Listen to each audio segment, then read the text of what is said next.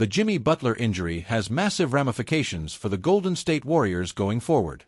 After the star forward tore his ACL against the Miami Heat on Monday, it seemed clear that the team's slim championship hopes were dashed.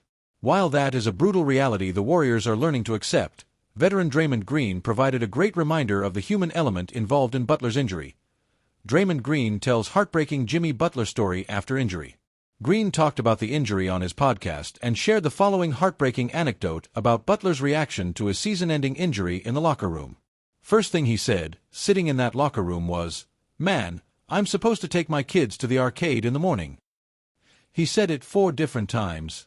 "I'm not going to be able to take my kids to the arcade in the morning." Then we talked a little more. "Man, I'm supposed to take my kids to the arcade." That's all he kept saying. He was just in this state of delirium. Completely delirious. I can only imagine what he felt, but he just kept saying, "I'm supposed to take my kids to the arcade." While we as fans obviously care most about wins and losses, those sorts of human moments are the ones that often go unseen. That shows how Butler's mind was. Clearly just reeling, trying to process what had happened, and it shows the kind of person he is, that he was primarily focused on not being able to spend time with his kids.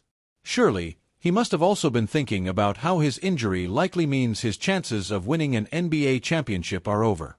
He was traded to the Warriors last season with the hope that he could provide enough talent alongside Stephen Curry and Draymond Green to give the team one more realistic chance at making a playoff run.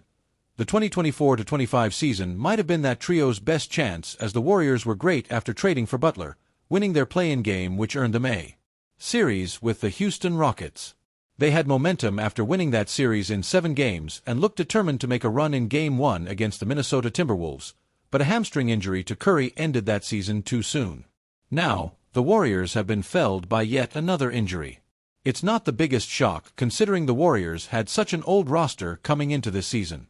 Injuries are a big deal for every team, but especially one like Golden State, where they really needed to get lucky and not have any of their stars go down for an extended period of time. Looking back, perhaps we all should have realized just how precariously this roster was built.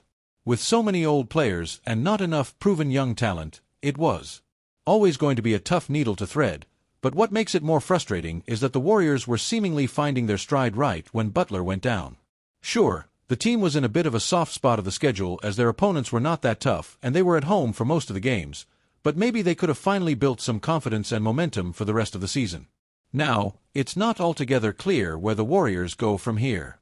They still need to resolve the Jonathan Kuminga saga and see if they can get some sort of impact player in return. Maybe someone like DeMar DeRozan gives them a realistic chance to be a play-in team. It's an absolute shame that Butler's season had to end this way. He knows that at 36 years old, an injury like this could mean he doesn't have much career left.